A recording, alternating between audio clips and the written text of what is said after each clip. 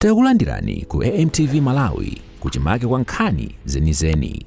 Ngati nkhani imeneyo kuno kulibe, dziwani kuti nkhani imeneyo ndi yabodza. Kuti nkhani zimene zipita patsogolo lero anthu amakamba za e-learning, e-health, e-commerce, so chilichonse lero pa dziko lapansi chimatsanamira kwambiri mu nkhani za technology. Ndiye kuti boma lidzayende bwino likufunika anthu amene adaphunzitsidwa bwino mwa ukadaulo pogwiritsa ntchito zinthu za Malawi muno kuti aphunzitsidwe athandize Malawi ino. Ndi chifukwa chake iwowa ndiona kuti ndiye woyenera kuti akhale Runningmate wanga mu contest imene ili patsogolo. Olemekezeka Dr. Kabambe, ndine Robert Chandilira kuchoka Blantyre Synod Radio. Funso langa lili ponena kuti tilekeze pa 16 pamwina zayenda mwalo wa mboma. Dziko lino lili ndi ngongole zosachepera 16 trillion. Kodi boma lanu muzayika njira zanji zoti mwina vuto la ngongole limeneli lizati? Thank you. Ine paja nakhalako budget director boma la Malawi, nakhalako konso governor wa Reserve Bank boma la Malawi. Ngongole zimene dziko lili nazo ndi ngongole zimene timazitenga recklessly and carelessly. MRA chaka ndi chaka mwachitsanzo chaka chino ndi chaka chatha imatolera 3.4 trillion pamene anthu amene tidawalemba ntchito masalari awo okha mboma ndi 1.7 trillion komanso interest payments zokha ndi 1.7 trillion. Ndiye timatolera ndalama zimene timatolera ku MRA zimangolepera zinthu ziwiri zokha, masalari ama civil servants komanso kulipira ngongole za boma tisanaganizire za mankhwala ndi zina zotero. Chonsecho muone mmene president amayendera locally and internationally maulendo ambiri opanda phindu. Muone mmene president analembera anthu ku State House kuli anthu over 1,000 for what? Muone lero mboma tili ndi anthu ena amene tangowatengatenga basi nokungapatsa ntchito when it's not there in the government structure. Mupita Capitol Hill mukapeza kuti position iliyonse we have excesses, kani ma PSC kandi ma directors kani ndani. Ndiye tangotenga anthu ambirimbiri komanso anthu achakamabwera akubwera kuti tagulire ma TX ma VX tidzapatsa 1,000 liters every month yoti adziyendera anthu amene aja. In the process tikugwiritsa ntchito ndalama zambiri when we don't have money. Panopa chimene chikufunika kwambiri, first and foremost is to tighten the fiscals of this nation. Tikayipanga tighten imeneyo tionetsetse kuti tapanga invest ma areas amene angatithandize to generate more revenue. Tikapanga invest more in agriculture and value addition, mining, tourism, manufacturing, tidzayamba kupanga katundu ochuluka. We'll be able to generate more taxes in those areas. We'll be able to balance our needs versus our resource envelope.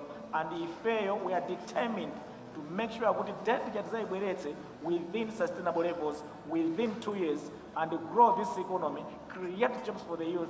Komanso kuthandiza kuti dziko lino lipite patsogolo pa chuma chake. Siku kwambiri ine ndi Patrick Kachere.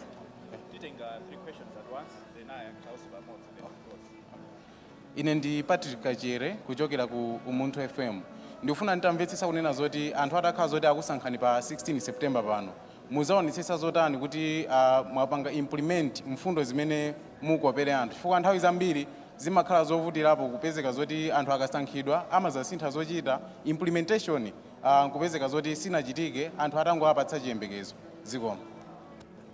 Ineyo ndi mmodzi wa iwo amene ndakula in the public service with the same frustration yakuti nthawi zambiri anthu amapita ku zisankho amanama kwambiri kumano tipange zinthu sizimachitika. Zimene ife tidzapange ndizonena kuti tikunena ife tikuchipanga back with the resource envelope. Tikunena kuti tidzakonza makonsolo onse a dziko lino kuti tidzakonze misewu, tidzaonetsetse kuti madzi afika kofunikirako, magetsi afika kofunikirako, zipatala zikuyang'anidwa bwino, zisamalidwa bwino, masukulu akuyang'anidwa bwino. Kuti zimene zitheke ife tikunena kuti tidzayika 100 billion kwacha chaka ndi chaka ku khonsolo iliyonse nsanje pana uchitipa. Lero makhonsolo ambiri amandira 5 billion kwacha, mwina 10 billion kwacha, ndalama zochepa zoti sangathe kukonzera zonsezi, ifeyo tizayika 100 billion kwacha khonsolo iliyonse. Komanso tidzapanga overhaul our farming system. Izi zomangodalira khasu madalira mvula sizinatipindulire ife tikuwa tidzabweretse improvement metinga malimire komanso zalimbikitse ulimi wa nthirira tidzapange zalimbikitse ulimi wa nthirira kuti tidzapange kapo almost 1 million hectares zimenezo kuti tidzatheke tidzakonzenso ulimiwo tidzafunika 500 billion kwacha chaka ndi chaka kwa zaka 5. Komanso nkhani ya migodi tikunena kuti zomangodikira anthu akunja abwera zatipangire migodi tidikira mpaka na forever. Ife tidzayika 500 billion chaka ndi chaka mu nkhani za migodi. Komanso nkhani za manufacturing tidzakhale ndi kuti tikalima chilichonse tizipitake ku mafakitare. Mafakitare kuti adzatheke tidzayika 500 billion kwacha chaka ndi chaka mu nkhani za mafakitare.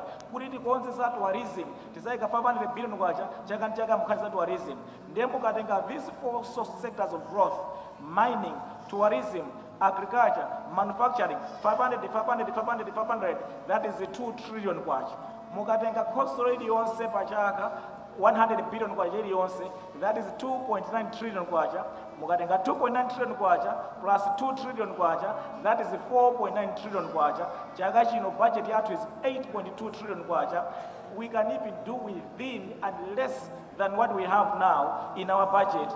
Tikatero tikaika ndalama muzimene tikunena ife and follow up proper implementation, we shall deliver. Amalawi atikhulupirire ifeyo tikangolowa. I was once budget director, tikudzayikonzanso budget ya dziko lino from the first level kuyambiranso together. Tidzayamba ndi zimene zizi zina zonse zakatoli zina zotero tidzazika kuzongoonjezera, koma this will be a key budget to save Malawians better. Ndine Kenford Ndima wa Zodiac. Ndimafuna ndidziwe nthawi ya malonjezo amene mukupereka wa chifukwa mtsogoleri wa dziko amakhala zaka 5. Kodi ndi ziti zomwe mupange pa chaka chimodzi, pa zaka ziwiri, ndipo ma priority anu pa chaka chimodzi adzakhala ati? Tikangolowa mboma pa 17 pano, immediately tikusintha budget yathu mindanenera. Chimene chidzakhala the same month tipititsa ku parliament a new budget imene ipanga recraft in these areas. In the same month tika ndondomeko zatsopano za mmene chuma cha boma chingamagwiritsidwe ntchito, timati pre-inspection audit. Tionetsetsa kuti before any payment is made in the public sector, pakhale ma auditors who inspect that particular payment. Komanso aonetsetse na kuti yatsatira ndondomeko zake zoyenera, mtengo wa chilichonse tikulipira ife is equal to what the market could offer. Ndiye tikapanga zimene zijazo, tikapanga zimene zionetsa kuti ifeyo tayamba kuthana ndi nkhani ya corruption. Komanso ukatha mwezi ma auditors azipanga review any institution nkuona kuti Osayiwala kupanga subscribe ku channel ya AMTV Malawi.